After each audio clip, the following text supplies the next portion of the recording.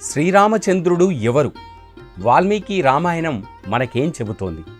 శ్రీరామ నవమి రోజు శ్రీరామచంద్రమూర్తిని మనమెందుకు పూజించాలి? రామాయణం భారతీయ సాహితీ రచనలలో ఆది కావ్యంగా మనందరికీ తెలిసిందే. ఇది శ్రీరాముడి చరిత్రను మనకు తెలియజేస్తూ ఉంటుంది. త్రేతాయుగంలో జన్మించిన శ్రీరాముడు భారతీయుల జీవన శైలిపై ఇప్పటికీ కూడా లోతైన ప్రభావాన్ని కలిగి ఉంటాడు. రాముని జన్మదినాన్ని శ్రీరామనవమిగా మనందరం జరుపుకుంటాం. రాముడిలా పాలిస్తే రామరాజ్యంలో ప్రజలందరూ చాలా సుఖ సంతోషాలతో ఉంటారని మనకు పురాణాలు వివరిస్తూ ఉంటాయి. రాముడు అంటే ఎవరు? వాల్మీకి రామాయణంలో రాముడి గురించి మనకు ఎన్నో విషయాలు తెలియజేస్తూ ఉంటుంది. పురుషోత్తముడు ఒక వ్యక్తిగా, శ్రీరాముడు ఆదర్శవంతమైన వ్యక్తి. మనిషి అన్నవాడికి ఉండాల్సిన సద్గుణాలు అన్నీ రాముడిలో ఉన్నాయి. వ్యక్తి తన నైతిక బాధ్యతలన్నింటినీ రాముడు నెరవేరుస్తాడు. అందుకే శ్రీరాముణ్ణి పురుషోత్తముడిగా కీర్తిస్తారు.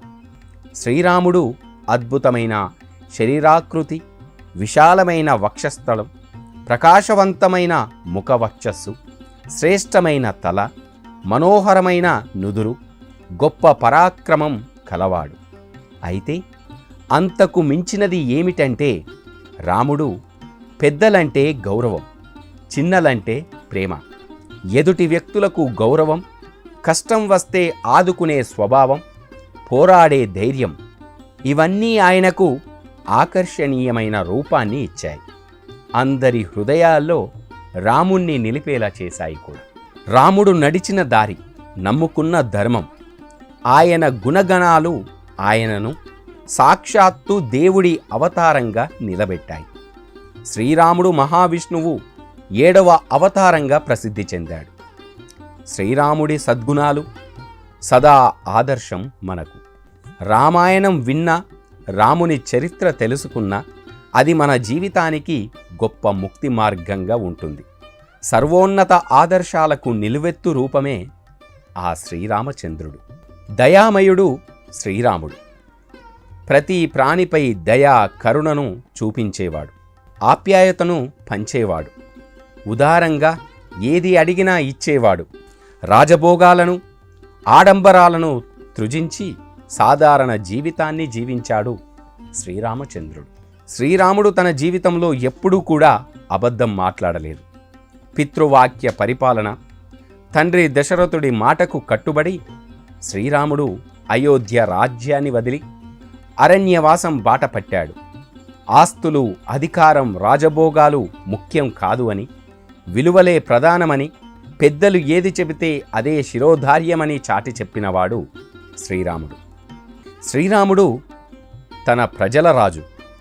ప్రజలు ఎంతగానో ప్రేమించే రాజు. తన రాజ్యంలోని ప్రజలను తన కన్నబిడ్డల్లా, తన కంటి పాపల్లాగా చూసుకున్నాడు. వారి శ్రేయస్సు కంటే తన వ్యక్తిగత జీవితం లేదా తన ఆనందం గురించి ఎప్పుడూ ఆలోచించలేదు రామచంద్ర ప్రభు. అందుకే అలాంటి రాజు ఉండాలని అందరూ కోరుకుంటారు. శ్రీరాముడి వ్యక్తిత్వం ప్రతి వ్యక్తికి ఆదర్శం. శ్రీరామచంద్రుడి సద్గుణాలు సదా ఆదర్శం. రామనామం ఒక రక్షణ కవచం, శ్రీరామ మంత్రం అభయహస్తం. రావణుడు తన భార్య సీతను అపహరించిన, యుద్ధంలో తన పక్షాన్ని ఎన్నో విధాల గాయపరిచిన, ఎన్ని రకాల హేయమైన చర్యలు చేసినా శ్రీరాముడు ఏనాడు తన వ్యక్తిత్వాన్ని కోల్పోలేదు, తన విలువలు విడవలేదు. రావణుడికి గౌరవం ఇస్తూ అవకాశాలను అందిస్తాడు. చివరికి రాముడి చేతిలో రావణ సంహారం జరుగుతుంది. రావణ మరణానికి కూడా శ్రీరాముడు తన ప్రగాఢ సానుభూతిని వ్యక్తం చేశాడు. చనిపోయిన లంకరాజుకు గౌరవంగా అంత్యక్రియలను జరపవలసిందిగా సూచించాడు. అంటే శత్రువులను కూడా విలువలతో చూసిన శ్రీరాముని జీవితం మనందరికీ ఆదర్శంగా నిలిచింది. ఒకటే మాట, ఒకటే బాణం. రాముడు ఒక్కడే, ఆయనను మించిన వారు లేరు.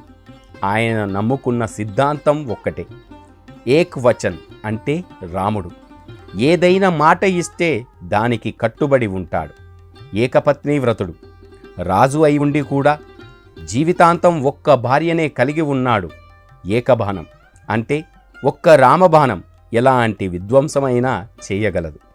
శ్రీరాముడు జీవితాంతం ధర్మాన్ని నమ్ముకున్నాడు. ధర్మం కోసమే యుద్ధం చేశాడు. ధర్మయుద్ధంలో విజయాన్ని సాధించాడు. శ్రీరామనవమి రోజున మనందరం కూడా రామచంద్రుడి బాటలో నడుద్దాం. సకల శుభాలను పొందుదాం.